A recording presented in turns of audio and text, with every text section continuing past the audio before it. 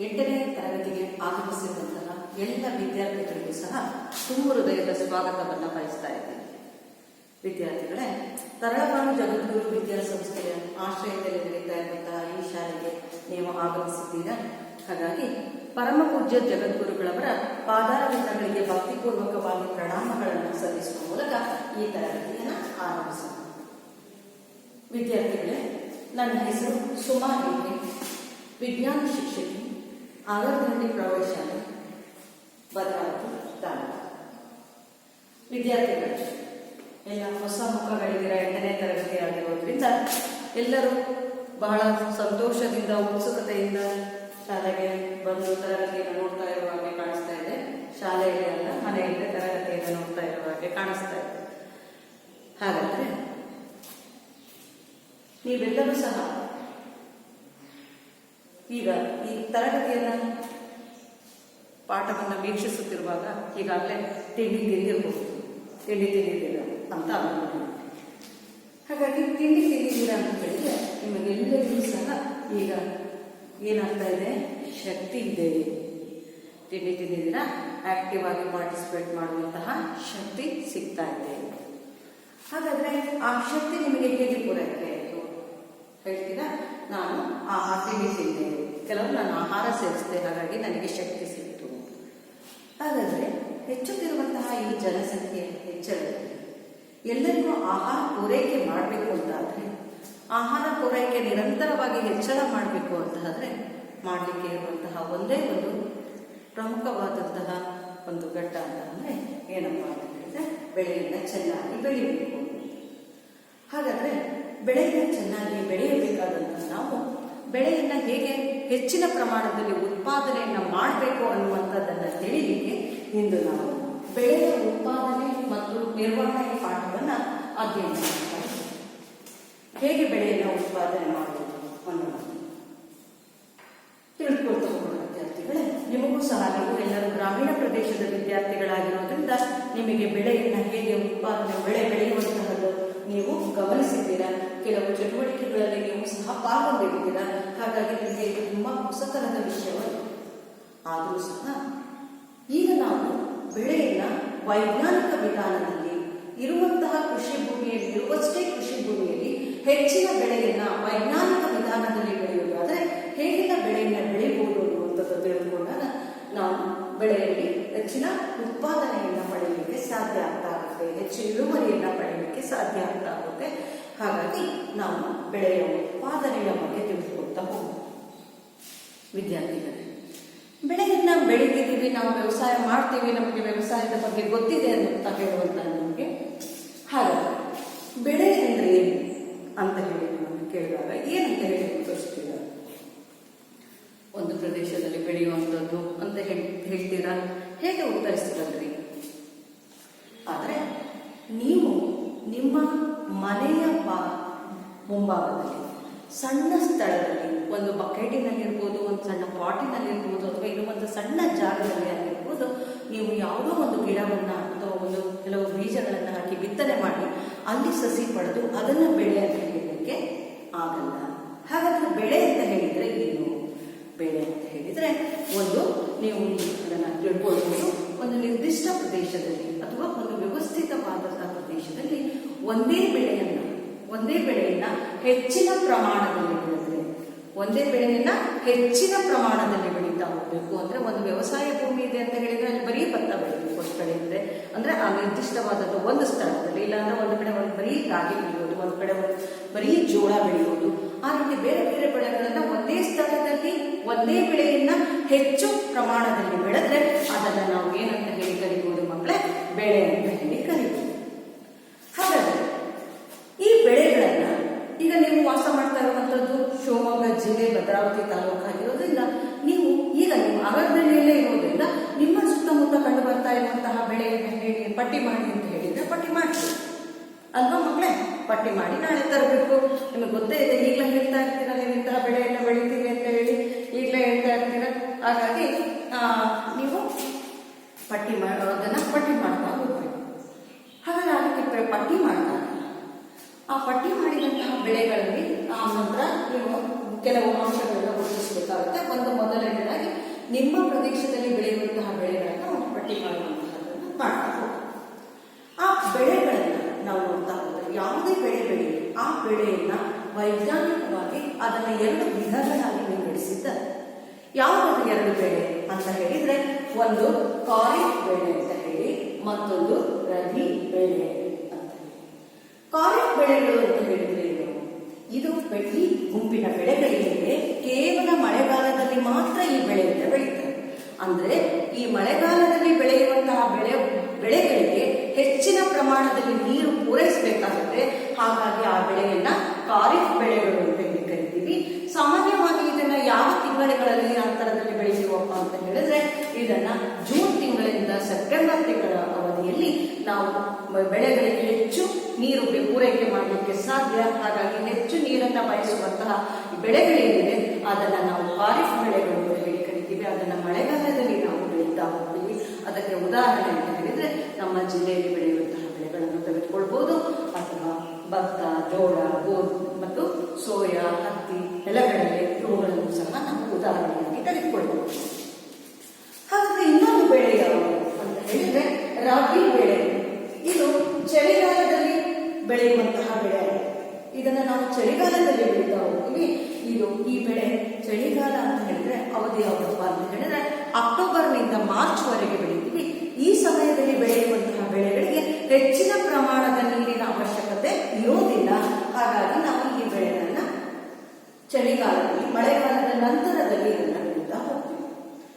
ಮಳೆಗಾಲದ ನಂತರದಲ್ಲಿ ಬೆಳೆದಂತಹ ಈ ಬೆಳೆಗಳಿಗೆ, ಮಳೆಗಾಲದ ನಂತರ ಚಳಿಗಾಲದಲ್ಲಿ ಬೆಳೆಯುವಂತಹ ಈ ಬೆಳೆಗಳಿಗೆ ಉದಾಹರಣೆಯನ್ನು ಕೊಡಿ ಅಂತ ಹೇಳಿದಾಗ ಗೋಧಿ, ಕಡಲೆ, ಬಟಾಣಿ, ಸಾಸಿವೆ ಇತ್ಯಾದಿಗಳನ್ನ ಉದಾಹರಣೆಯಾಗಿ ಹೇಳ್ಬೋದು.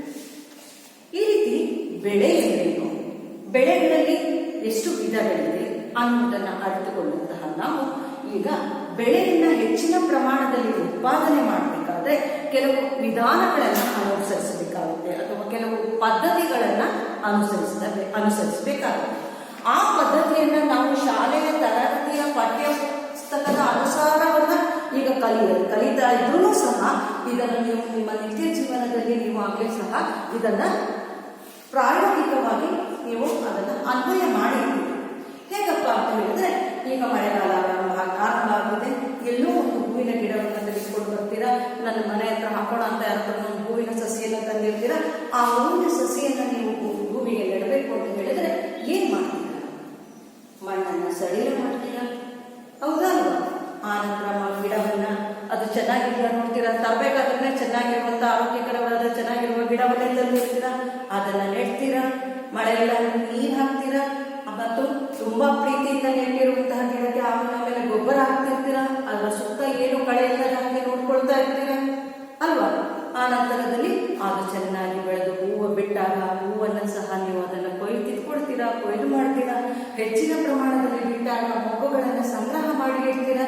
ಇದು ನೀವು ನಿತ್ಯ ಅಥವಾ ನಿಮ್ಮ ಜೀವನದಲ್ಲಿ ಈ ಎಲ್ಲ ಅಂಶಗಳು ನೀವು ನೋಡಿರುವಂತದ್ದೇ ಆಗಿರುತ್ತೆ. ಕೆಲವರು ಇದನ್ನ ಪ್ರಾಯೋಗಿಕವಾಗಿ ಮಾಡಿರುವಂತಹದ್ದಾಗಿದೆ, ಹಾಗೆ ನಿಮ್ಮ ಅನುಭವಕ್ಕೆ ಬಂದಿರುವಂತಹ ಅಂಶ ಆಗಿದೆ. ನೋಡೋಣ, ಈ ರೀತಿಯ ಅಂಶಗಳೇನಾದರೂ ವೈಜ್ಞಾನಿಕ ವಿಧಾನದಲ್ಲಿ ಕೃಷಿ ಪದ್ಧತಿಯನ್ನ ಮಾಡುವಾಗ ಬೆಳೆಯನ್ನು ಉತ್ಪಾದನೆ ಮಾಡಲಿಕ್ಕೆ ಈ ವಿಧಾನಗಳಲ್ಲಿ ಮುಂದುವರಿಕೆ ಮಾಡಿದಂತ ಯಾವುದಾದ್ರೂ ವಿಧಾನಗಳನ್ನ ಅಳವಡಿಸಿಕೊಂಡಿದ್ದಾರೆ ಅಂತ ಹೇಳಿ ನೋಡೋದಾದ್ರೆ ಮೊದಲಿಗೆ ನೋಡ್ತಾ ಹೋಗೋಣ.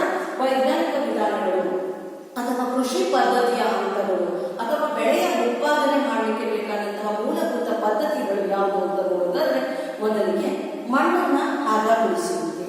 ನೀವು ಗಿಡ ತಂದಾಗ ಏನ್ ಮಾಡ್ತಿದ್ರಿ? ಮಣ್ಣನ್ನ ಸಡಿಲಗೊಳಿಸ್ತಾ ಇದ್ರಿ, ಮಣ್ಣನ್ನ ಸಡಿಲಗೊಳಿಸಿ ಗಿಡವನ್ನ ನೆಡಲಿಕ್ಕೆ ಯೋಗ್ಯವಾದ ಭೂಮಿ ಆಗಿ ಮಾಡ್ತಾ ಇದ್ವಿ. ಅದನ್ನೇ ದೊಡ್ಡ ಪ್ರಮಾಣದಲ್ಲಿ ಮಾಡ್ತಾರೆ, ಅದನ್ನ ಮಣ್ಣನ್ನ ಹದಗೊಳಿಸುವಿಕೆ ಅಂತ ಹೇಳಿ. ನಂತರ ಇರುವಂತದ್ದು ಬಿತ್ತನೆ. ಎರಡನೆಯ ಹಂತ, ಸಸಿ ನೆಡ್ತಾ ಇದ್ರೆ ಅಥವಾ ಬೀಜ ಬಿತ್ತನೆ ಮಾಡಿರ್ಬೋದು, ಇಲ್ಲೂ ಸಹ ಬೆಳೆ ಬೆಳೆಯಲಿಕ್ಕೆ ಎರಡನೆಯ ಹಂತ ಬಿತ್ತನೆ. ಮೂರನೆಯ ಹಂತ ಸಾವಯವ ಗೊಬ್ಬರದ ರಸಗೊಬ್ಬರಗಳ ಬಳಕೆ. ನಾಲ್ಕನೆಯ ಹಂತ ನೀರಾವರಿ. ಐದನೆಯ ಹಂತ ಕಳೆಗಳ ರಕ್ಷಣೆ. ಆರನೆಯ ಹಂತ ಬೆಳೆ ಕೊಯ್ಲು. ಏಳನೆಯ ಹಂತ ಬೆಳೆಯ ಸಂಗ್ರಹಣೆ.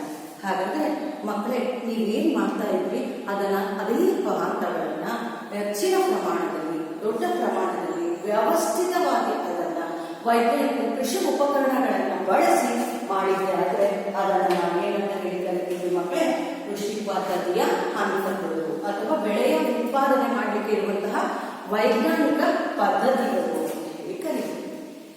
ಈ ಎಲ್ಲ ಪದ್ಧತಿಗಳನ್ನ ನಾವು ಅಳವಡಿಸಿಕೊಳ್ಳಾಗಿರುತ್ತೆ. ಈ ವೈಜ್ಞಾನಿಕ ಪದ್ಧತಿಗಳನ್ನ ಅಳವಡಿಸಿಕೊಂಡಾಗ ನಾವು ಬೆಳೆಯಲ್ಲಿ ಹೆಚ್ಚಿನ ಇಳುವರಿಯನ್ನ ಪಡೆಯಲಿಕ್ಕೆ ಸಾಧ್ಯವಾಗ್ತಾ ಹೋಗುತ್ತೆ. ಬೆಳೆಯಲ್ಲಿ ಹೆಚ್ಚಿನ ಇಳುವರಿಯನ್ನ ಪಡೆದಾಗ ಪ್ರತಿಯೊಬ್ಬ ರೈತನಿಗೂ ಸಹ ಅದು ಸಂತೋಷವನ್ನ ಉಂಟು ಮಾಡುವಂಥದ್ದು. ಹಾಗಾದ್ರೆ ಆ ಸಂತೋಷದಕ್ಕಿಂತ ಮೊದಲು ನಾವೇನ್ ಮಾಡಬೇಕು, ಕಠಿಣ ಪರಿಶ್ರಮವನ್ನ ವಹಿಸಲೇಬೇಕು ಕೃಷಿ ಮಾಡಬೇಕಾದ್ರೆ. ಹಾಗಾಗಿ ಆ ಮೊದಲಿನ ಹಂತಗಳನ್ನ, ಕಠಿಣ ಪರಿಶ್ರಮ ಅಂತ ಹೇಳಿದ್ರೆ ಕೆಲವು ಸೂಕ್ತವಾದಂತಹ ಹಂತಗಳನ್ನ ಅನುಸರಿಸ್ತಾ ಹೋದ್ರೆ ಆನಂತರ ನಿಮಗೆ ಕೈ ಕೆಸರಾದರೆ ಬಾಯಿ ಮೊಸರು ಅನ್ನುವಂತಹ ರೀತಿಯಲ್ಲಿ ಉತ್ತಮ ಇಳುವರಿಯನ್ನು ಪಡೆಯಲಿಕ್ಕೆ ಸಾಧ್ಯ. ಹಾಗಾಗಿ ನಿಮಗೆ ತಿಳಿದಿರುವ ಹಾಗೆ, ನೀವು ಗಮನಿಸಿದ ಹಾಗೆ ಇದರಲ್ಲಿ ಯಾವ ಹಂತಗಳನ್ನು ನೀವು ಸುಲಭವಾಗಿ ಹೇಳಲಿಕ್ಕೆ ಸಾಧ್ಯ ಇದೆ ಅನ್ನುವಂಥದ್ದಾದ್ರೆ, ಮೊಟ್ಟ ಮೊದಲಿಗೆ ನಾವೀಗ ಬೆಳೆಯ ಉತ್ಪಾದನೆಯ ಮೂಲಭೂತ ಪದ್ಧತಿಗಳಲ್ಲಿ ಮಣ್ಣನ್ನ ಹದಗೊಳಿಸುವಿಕೆಯ ಬಗ್ಗೆ ಹೇಳ್ತಾ ಇದ್ದೀವಿ. ಮಣ್ಣನ್ನ ಹದಗೊಳಿಸುವಂಥದ್ದು ಅಂತ ಹೇಳಿದ್ರೆ, ಮಣ್ಣನ್ನ ಅಂದ್ರೆ ಕೃಷಿಗೆ ಯೋಗ್ಯವಾದಂತಹ ಭೂಮಿಯನ್ನಾಗಿ ಏನ್ ಮಾಡ್ತಾ ಇದ್ದೀವಿ, ಮಣ್ಣನ್ನ ಪರಿವರ್ತನೆ ಮಾಡಲಿಕ್ಕೆ ಮೊದಲು ನಾವು ಆರಂಭ ಮಾಡಿದ್ದೀವಿ. ಗಟ್ಟಿಯಾದಂತಹ ನೆಲದಲ್ಲಿ ನಾವು ಯಾವುದೇ ಕಾರಣಕ್ಕೂ ಬೀಜ ಬಿತ್ತನೆ ಮಾಡುವುದಾಗ್ಲಿ, ಸಸಿಯನ್ನ ನೆಡೆಯೋದಾಗ್ಲಿ ಯಾವುದೇ ಕಾರಣಕ್ಕೂ ನಾವು ಮಾಡೋದಿಲ್ಲ. ನಾವು ಮಾಡುವಂತಹದ್ದೆಲ್ಲವೂ ಸಹ ಇಲ್ಲಿ ಬಿತ್ತನೆ ಮಾಡಬೇಕು ಅಥವಾ ಸಸಿ ನೆಡಬೇಕು, ನಾಟಿ ಮಾಡಬೇಕು ಅಂತ ಹೇಳಿದ್ರು ಆ ಭೂಮಿಯನ್ನ ಕೃಷಿಗೆ ಯೋಗ್ಯವಾದಂತಹ ರೀತಿಯಲ್ಲಿ ಅದನ್ನ ವ್ಯವಸ್ಥಿತವಾಗಿ ಸಿದ್ಧಗೊಳಿಸ್ತಾ ಹೋಗ್ತೀವಿ. ಹಾಗಾಗಿ ಕೃಷಿಯಲ್ಲಿ ಯಾವ ಯಾವ ಉಪಕರಣಗಳನ್ನ ಬಳಸ್ತಾ ಹೋಗ್ತೀವಿ, ಕೃಷಿ ಮಾಡಬೇಕು ಅಂತ ಹೇಳಿದ್ರೆ ಈ ಎಲ್ಲ ಹಂತಗಳನ್ನ ಅನುಸರಿಸ್ತಾ ಹೋಗ್ಬೇಕು. ಈ ಎಲ್ಲ ಹಂತಗಳನ್ನ ಅನುಸರಿಸುವಂತಹ ಸಮಯದಲ್ಲಿ ನಾವು ಕೆಲವು ವೈಜ್ಞಾನಿಕವಾದಂತಹ ಅಥವಾ ಕೆಲವು ಕೃಷಿ ಉಪಕರಣಗಳನ್ನ ಅಥವಾ ಆಧುನಿಕ ಉಪಕರಣಗಳನ್ನ ನಾವು ಬಳಸ್ತಾ ಹೋಗ್ತೀವಿ. ಆ ಸದ್ಯಕ್ಕೆ ಈಗ ನಾವು ಬಳಸ್ತಾ ಇರುವಂತಹ ಕೃಷಿ ಉಪಕರಣಗಳನ್ನು ನೋಡುವುದಾದ್ರೆ, ಒಂದು ನೇಗಿಲು, ಎರಡನೇದು ಎಳೆಗುಂಟೆ, ಮೂರನೇದು ಕಲ್ಟಿವೇಟರ್, ನಾಲ್ಕನೇದು ಕೂಲಿ. ಈ ಕೃಷಿ ಉಪಕರಣಗಳನ್ನು ಬಳಸಿ ನಾವು ಕೃಷಿಯನ್ನ ಮಾಡ್ತಾ ಇದ್ದೀವಿ ಅಥವಾ ಮಾಡಲಿಕ್ಕೆ ಸಾಧ್ಯ. ಹಾಗಾದ್ರೆ ಈಗ ನಾವು ಹೋಗೋಣ. ಈ ಉಪಕರಣಗಳನ್ನು ಬಳಸಿ ಕೃಷಿಯನ್ನ ಆರಂಭ ಮಾಡ್ತಾ ಇದ್ದೀವಿ. ಈ ಉಪಕರಣಗಳು ನಮಗೆ ಪರಿಚಿತವಿದೆ ಅಂತ ಹೇಳಿದ್ರೆ ಬಹಳಷ್ಟು ಉಪಕರಣಗಳು ನಿಮಗೆ ತಿಳಿದಿವೆ. ಬಹಳಷ್ಟು ಉಪಕರಣಗಳು ನಿಮ್ಮ ಮನೆಗಳಲ್ಲಿಯೂ ಸಹ ಇದೆ ಅನ್ನುವಂಥದ್ದು ನೀವು ಈಗಾಗಲೇ ಅಂದ್ಕೊಂಡಿರ್ತೀರ. ನನಗೆ ನೇಗಿಲು ಗೊತ್ತಿದೆ, ಎಳೆಗುಂಟೆ ಗೊತ್ತಿದೆ, ಕಲ್ಟಿವೇಟರ್ ಗೊತ್ತಿದೆ, ಕೂರಿಗೆ ಗೊತ್ತಿದೆ ಅಂತ ಸಹ ಹೇಳ್ತಾ ಇದ್ದೀವಿ. ಆದ್ರೆ ಅದನ್ನ ಮತ್ತೆ ಒಂದು ಸಲ ನೆನಪು ಮಾಡಿಕೊಳ್ಳೋದಾದ್ರೆ ಈ ಉಪಕರಣಗಳು ಯಾವ್ಯಾವು ಅನ್ನುವಂಥದ್ದನ್ನ ನೆನಪು ಮಾಡಿಕೊಳ್ಳೋಣ. ಅದಕ್ಕಿಂತ ಮೊದಲು ಮಕ್ಕಳೇ, ನಾವು ಈಗ ಬೆಳೆಯ ಉತ್ಪಾದನೆಯ ಬಗ್ಗೆ ತಿಳಿತಾ ಇದ್ವಿ. ಬೆಳೆಯ ಉತ್ಪಾದನೆ ಅಂತ ಹೇಳಿದ್ರೆ ನಾವು ಒಂದು ಪ್ರದೇಶದಲ್ಲಿ ಬೆಳೆಯನ್ನ ಹೆಚ್ಚಿನ ಪ್ರಮಾಣದಲ್ಲಿ ಬೆಳೆಯಬೇಕು. ಹಾಗಾದ್ರೆ ಬೆಳೆಯನ್ನ ಹೆಚ್ಚಿನ ಪ್ರಮಾಣದಲ್ಲಿ ಒಂದು ಪ್ರದೇಶದಲ್ಲಿ ಒಂದೇ ಬೆಳೆಯನ್ನ ಹೆಚ್ಚಿನ ಪ್ರಮಾಣದಲ್ಲಿ ಬೆಳೆದ್ರೆ ಅದನ್ನ ಏನಂತ ಹೇಳಿ ಕರಿತೀವಿ, ಬೆಳೆ ಅಂತ ಹೇಳಿ ಕರಿತೀವಿ. ಒಂದೇ ಪ್ರದೇಶದಲ್ಲಿ ಒಂದೇ ರೀತಿಯ ಸಸ್ಯಗಳನ್ನ ಹೆಚ್ಚಿನ ಪ್ರಮಾಣದಲ್ಲಿ ಬೆಳೀತಾ ಹೋಗ್ತೀವಿ. ಆ ರೀತಿ ಬೆಳೀತಾ ಹೋದಂತಹ ಬೆಳೆಗಳನ್ನ ಮತ್ತೆ ನಾವು ಎರಡು ವರ್ಗಗಳಾಗಿ ವಿಂಗಡಿಸ್ತೀವಿ. ಮತ್ತೆ ಖಾರಿಫ್ ಬೆಳೆ ಮತ್ತೆ ರಬಿ ಬೆಳೆ. ಇದು ಸಹ ನಿಮಗೆ ಗೊತ್ತಿದೆ. ಮಳೆಗಾಲದಲ್ಲಿ ಬೆಳೆಯುವಂತಹ ಬೆಳೆ ಯಾವುದು ಅಂತ ಹೇಳಿದ್ರೆ ಖಾರಿಫ್ ಬೆಳೆ ಅಂತ ಹೇಳ್ತೀರಾ. ಚಳಿಗಾಲದಲ್ಲಿ ಬೆಳೆಯುವಂತಹ ಬೆಳೆ ಯಾವುದು ಅಂತ ಹೇಳಿದ್ರೆ ರಬಿ ಬೆಳೆ ಅಂತ ಸಹ ಹೇಳ್ತೀವಿ. ಈ ಬೆಳೆಗಳನ್ನ ನಾವು ಕೃಷಿಯ ಪದ್ಧತಿಯ ವಿಧಾನಗಳನ್ನ ಅನುಸರಿಸುವುದರ ಮೂಲಕ ಇವುಗಳನ್ನ ನಾವೇನ್ ಮಾಡ್ತಾ ಇದ್ದೀವಿ, ಹೆಚ್ಚಾಗಿ ಬೆಳೆಯಲಿಕ್ಕೆ ಪ್ರಯತ್ನವನ್ನ ಪಡ್ತಾ ಇದ್ದೀವಿ. ಹಾಗಾಗಿ ಮತ್ತೊಮ್ಮೆ ಮನನ ಮಾಡಿಕೊಳ್ಳೋಣ. ಕೃಷಿ ಪದ್ಧತಿಯ ವಿಧಾನಗಳು ಯಾವ್ಯಾವು? ಕೃಷಿ ಪದ್ಧತಿಯ ವಿಧಾನಗಳನ್ನು ನೀವು ಈಗಾಗಲೇ ಅನುಸರಿಸಿದ್ದೀರಾ. ಹಾಗಾಗಿ ಕೃಷಿ ಪದ್ಧತಿಯ ವಿಧಾನಗಳು ಅಂತ ಹೇಳಿದ್ರೆ ಮಣ್ಣನ್ನ ಹದಗೊಳಿಸುವಂಥದ್ದು, ಬಿತ್ತನೆ ಮಾಡುವಂಥದ್ದು, ಗೊಬ್ಬರಗಳನ್ನು ಬಳಸುವಂತಹದ್ದು, ಹಾಗಾಗಿ ನೀರಾವರಿ, ಕಳೆಯ ನಿವಾರಣೆ, ಕೊಯ್ಲು ಮತ್ತು ಸಂಗ್ರಹಣೆ, ಬೆಳೆಯ ಸಂಗ್ರಹಣೆ, ಇವುಗಳೆಷ್ಟು ವೈಜ್ಞಾನಿಕ ವಿಧಾನದಲ್ಲಿ ಅಥವಾ ಕೃಷಿಯನ್ನು ಮಾಡುವಾಗ ನಾವು ಅನುಸರಿಸುವಂತಹ ಹಂತಗಳಾಗಿವೆ. ಹಾಗಾಗಿ ವಿದ್ಯಾರ್ಥಿಗಳೇ, ಈಗ ನಾವು ಕೃಷಿ ಉಪಕರಣಗಳ ಬಗ್ಗೆ ತಿಳ್ಕೊಂಡಿದ್ದೀವಿ, ಅಂದ್ರೆ ಅದರ ಪರಿಚಯ ಇದೆ. ಆದರೆ ಆ ಕೃಷಿ ಉಪಕರಣಗಳನ್ನು ಮತ್ತೊಮ್ಮೆ ನೋಡುವಂತಹ ಪ್ರಯತ್ನವನ್ನು ನಾವು ಈಗ ಸಣ್ಣ ವಿಡಿಯೋ ಕ್ಲಿಪ್ಗಳ ಮೂಲಕ ನಾವು ಪ್ರಯತ್ನ ಮಾಡೋಣ. ಅದಕ್ಕಿಂತ ಮೊದಲು ವಿದ್ಯಾರ್ಥಿಗಳೇ, ಈಗ ನಾವು ಈ ಕೃಷಿ ಉತ್ಪಾದನೆಯ ಮೂಲಭೂತ ಪದ್ಧತಿಗಳೇನಿದೆ ಆ ಮೂಲಭೂತ ಪದ್ಧತಿಗಳಲ್ಲಿ ಮೊದಲನೆಯ ಹಂತ ಮಣ್ಣನ್ನು ಹದಗೊಳಿಸುವಿಕೆ ಏನಿದೆ. ಈ ಮಣ್ಣನ್ನು ಹದಗೊಳಿಸುವಿಕೆ ಅಂದರೆ ಏನು ಅನ್ನುವಂಥದ್ದು ನೋಡೋಣ. ಯಾಕೆ ಮಣ್ಣನ್ನ ಹದಗೊಳಿಸಬೇಕು, ಸಿದ್ಧಗೊಳಿಸಬೇಕು ಅನ್ನುವಂಥದ್ದನ್ನು ಸಹ ನೋಡ್ತಾ ಹೋಗೋಣ. ಮಣ್ಣನ್ನು ಹದಗೊಳಿಸುವಿಕೆ ಅಂತ ಹೇಳಿದ್ರೆ ಮಣ್ಣನ್ನ ತಿರುವಿ ಹಾಕುವಂತಹದ್ದು. ಮೊಟ್ಟ ಮೊದಲಿಗೆ ನಾವು ಮಾಡುವಂಥದ್ದು ಮಣ್ಣನ್ನ ತಿರುವಿ ಹಾಕುವಂಥದ್ದು. ಅದನ್ನ ನಾವು ಉಳುಮೆ ಅಂತ ಹೇಳಿ ಕರೀತೀವಿ. ಹಾಗಾಗಿ ಮಣ್ಣನ್ನ ಹದಗೊಳಿಸುವಂತಹ ಸಮಯದಲ್ಲಿ ನಾವು ಮಾಡುವಂತಹ ಮೊದಲನೆಯ ಕೃಷಿ ಚಟುವಟಿಕೆ ಅಂತ ಹೇಳಿದ್ರೆ ಉಳುಮೆ. ಆ ಉಳುಮೆಯನ್ನು ಯಾವುದರ ಸಹಾಯದಿಂದ ಮಾಡ್ತೀವಿ ಮಕ್ಕಳೇ? ಉಳುಮೆಯನ್ನು ಮಾಡ್ತೀವಿ. ಉಳುಮೆಯನ್ನು ಮಾಡಲಿಕ್ಕೆ ಬಳಸುವಂತಹ ಉಪಕರಣ ಯಾವುದಾಗಿರುತ್ತೆ? ನೇಗಿಲು. ಆ ನಂತರ ಈ ಉಳುಮೆಯನ್ನು ಮಾಡಿದಾಗ ಏನಿದ್ರಿಂದ ಪ್ರಯೋಜನ?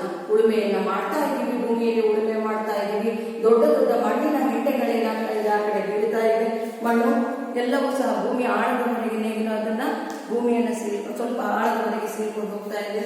ಆದರೆ ದೊಡ್ಡ ದೊಡ್ಡ ಮಣ್ಣಿನ ಹೆಂಟೆಗಳ ಅಕ್ಕಪಕ್ಕದಲ್ಲಿ ಬಿದ್ದಿರುತ್ತಲ್ಲ, ಆ ಮಣ್ಣಿನ ಹೆಂಟೆಗಳನ್ನು ಸರಿ ಮಾಡಲಿಕ್ಕೆ, ಸಮಗೊಳಿಸಲಿಕ್ಕೆ ಮತ್ತು ಭೂಮಿಯನ್ನು ಮಟ್ಟ ಮಾಡಲಿಕ್ಕೆ ಬಳಸುವಂತಹ ಉಪಕರಣ ಯಾವುದಾಗಿರುತ್ತೆ?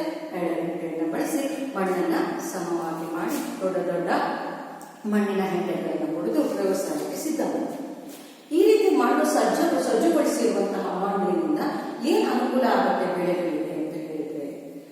ಏನೇ ಅನುಕೂಲ ಆಗುತ್ತಪ್ಪ ಅಂತ ಹೇಳಿದ್ರೆ ನಿಮಗೆ ಗೊತ್ತಿದೆ. ಮಣ್ಣು ಸಡಿಲ ಆಯ್ತು ಅಂತ ಹೇಳಿದ್ರೆ ನೀರು ಹಾಕಿದಾಗ ಮಣ್ಣು ಏನಾಗುತ್ತೆ? ನೀರೇನಾಗುತ್ತೆ? ಮಣ್ಣಿನ ಆಳದವರೆಗೆ ಹೋಗುತ್ತೆ. ನೀರು ಮಣ್ಣಿನ ಆಳದವರೆಗೆ ಹೋದಾಗ ಸಸ್ಯಕ್ಕೂ ಸಹ ಏನಾಗ್ತಾ ಇರುತ್ತೆ? ಸಸ್ಯದ ಬೇರುಗಳು ಸಹ ಮಣ್ಣಿನ ತಳಭಾಗಕ್ಕೆ ಹೋಗುವುದು. ಹಾಗಾಗಿ ಮಣ್ಣು ಸುಲಭವಾಗಿ ಸಡಿಲವಾದಾಗ ಸಸ್ಯದ ಬೇರುಗಳು ಸಹ ಭೂಮಿಯ ಆಳದಲ್ಲಿ ಹೋಗಲಿಕ್ಕೆ, ಭೂಮಿಯ ಕೆಳಗೆ ಹೋಗಲಿಕ್ಕೆ ಸಹಾಯ ಆಗ್ತಾ ಹೋಗುತ್ತೆ. ಸಸ್ಯದ ಬೇರುಗಳಿಗೂ ಸಹ ಆಕ್ಸಿಜನ್ ಪೂರೈಕೆ, ಗಾಳಿ ಪೂರೈಕೆ ಆಗ್ತಾ ಇರುತ್ತೆ ಅನ್ನುವಂಥದ್ದು. ಹಾಗಾಗಿ ಮಣ್ಣನ್ನು ಹದಗೊಳಿಸಿದಾಗ ಮಣ್ಣು ನೀರಿನ ಆಳದವರೆಗೆ ಇಳಿಯುತ್ತೆ. ಜೊತೆಗೆ ಮಣ್ಣಿನಲ್ಲಿಯೂ ಸಹ ಅಂತರ್ಜಲದ ಮಟ್ಟ ಏನಾಗ್ತಾ ಹೋಗುತ್ತೆ? ಹೆಚ್ಚಾಗ್ತಾ ಹೋಗುತ್ತೆ. ಮಣ್ಣು ಬೇರುಗಳಿಗೆ ಬೇಕಾದಂತ ಆಕ್ಸಿಜನ್ ಪೂರೈಕೆ ಆಗುತ್ತೆ, ನೀರು ಸಿಗುತ್ತೆ, ಹಾಗೆ ಮಣ್ಣುಗಳಿಗೆ ಪೋಷಕಾಂಶವೂ ಸಹ ಸಿಗ್ತಾ ಹೋಗುತ್ತೆ. ಮಣ್ಣನ್ನ ಉಳುಮೆ ಮಾಡಿದಾಗ ಭೂಮಿಯ ತಳಭಾಗದಲ್ಲಿರುವಂತಹ ಮೇಲ್ಪದರದ ತಳಭಾಗದಲ್ಲಿರುವ ಪೋಷಕಾಂಶಯುಕ್ತ ಮಣ್ಣು ಪುನಃ ಮೇಲ್ಭಾಗಕ್ಕೆ ಬರುತ್ತೆ. ಈ ರೀತಿ ತಿರುವಿ ಹಾಕೋದ್ರಿಂದ ಸಸ್ಯಗಳಿಗೆ ಬೇಕಾದಂತಹ ಪೋಷಕಾಂಶಯುಕ್ತ ಮಣ್ಣು ಏನಾಗ್ತಾ ಹೋಗುತ್ತೆ? ಪೂರೈಕೆ ಆಗ್ತಾ ಹೋಗುತ್ತೆ. ಹಾಗಾಗಿ ಉಳುಮೆ ಮಾಡೋದ್ರಿಂದ ಸಸ್ಯಗಳಿಗೆ ಈ ಎಲ್ಲ ಅಥವಾ ಮಣ್ಣನ್ನು ಹದಗೊಳಿಸೋದ್ರಿಂದ ಸಸ್ಯಗಳಿಗೆ ಗಾಳಿ, ನೀರು, ಪೋಷಕಾಂಶಗಳು ಇವೆಲ್ಲವೂ ಸಹ ದೊರೆಯುವಂಥದ್ದು. ಹಾಗೆ ನಂತರ ಇರುವಂತಹ ಎರಡನೆಯ ಹಂತ ಯಾವುದಪ್ಪ ಅಂತ ಹೇಳಿದ್ರೆ ಬಿತ್ತನೆ. ಬಿತ್ತನೆ ಮಾಡಬೇಕಾದ್ರೆ ಪ್ರಮುಖವಾಗಿ ಅತ್ಯಂತ ಎಚ್ಚರಿಕೆಯಿಂದ ಇರಬೇಕಾದಂತಹ ಒಂದು ಪ್ರಮುಖ ಘಟ್ಟ ಈ ಎರಡನೆಯ ಹಂತ ಬಿತ್ತನೆ.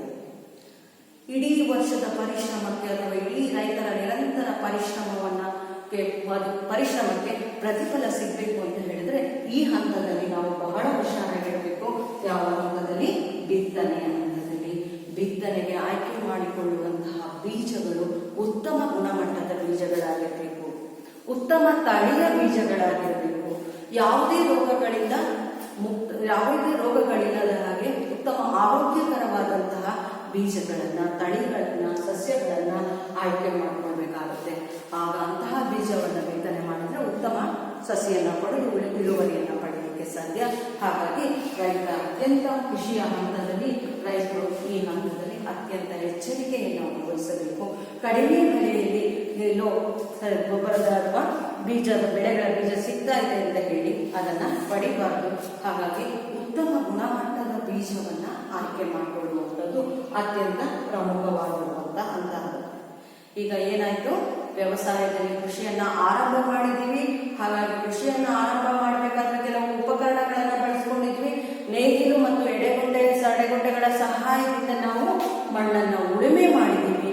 ಮಣ್ಣನ್ನ ಉಳುಮೆ ಮಾಡಿ ಮಣ್ಣನ್ನ ವ್ಯವಸಾಯಕ್ಕೆ ಸಜ್ಜುಗೊಳಿಸಿದ್ವಿ.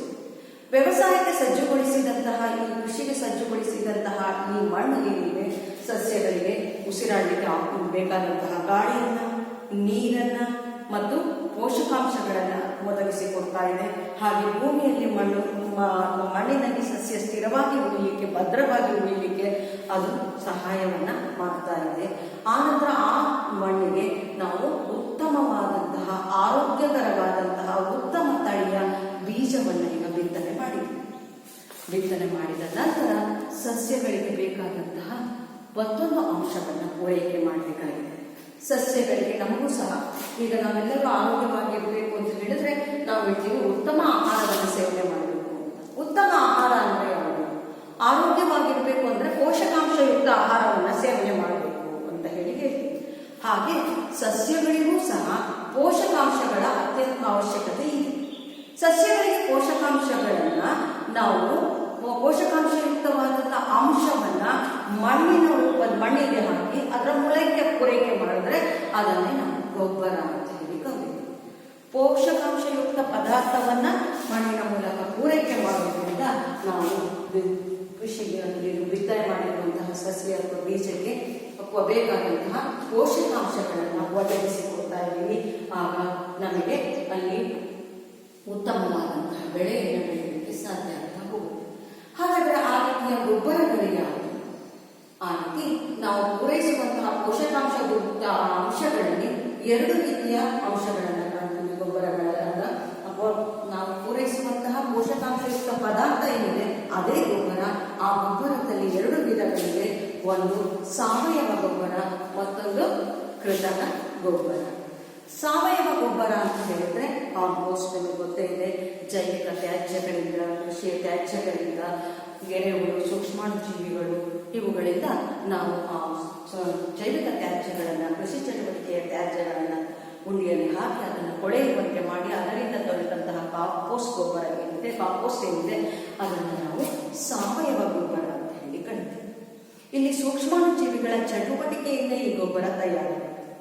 ಆದರೆ ಕೃತಕ ಗೊಬ್ಬರ ಅನ್ನುವಂಥದ್ದು ಕಾರ್ಖಾನೆಗಳಲ್ಲಿ ಅದನ್ನ ತಯಾರು ಮಾಡ್ತಾರೆ. ಹಾಗಾಗಿ ನೀವು ಕೃತಕ ಗೊಬ್ಬರಗಳ ಬಗ್ಗೆ ನಿಮಗೆ ಕೆಲವು ಗೊತ್ತಿರುತ್ತೆ. ಅಂಗಡಿಯಿಂದ ತರುವಂತಹ, ಚೀಲದಲ್ಲಿ ತರುವಂತಹ ಗೊಬ್ಬರಗಳು ಯಾವುದು ಅಂತ ಕೇಳಿದ್ರೆ ಕೆಲವು ಚೀಲಗಳ ಹೆಸರ ಮೇಲೆ, ಆ ಚೀಲದ ಮೇಲೆ ಹೆಸರಿರುತ್ತೆ NPK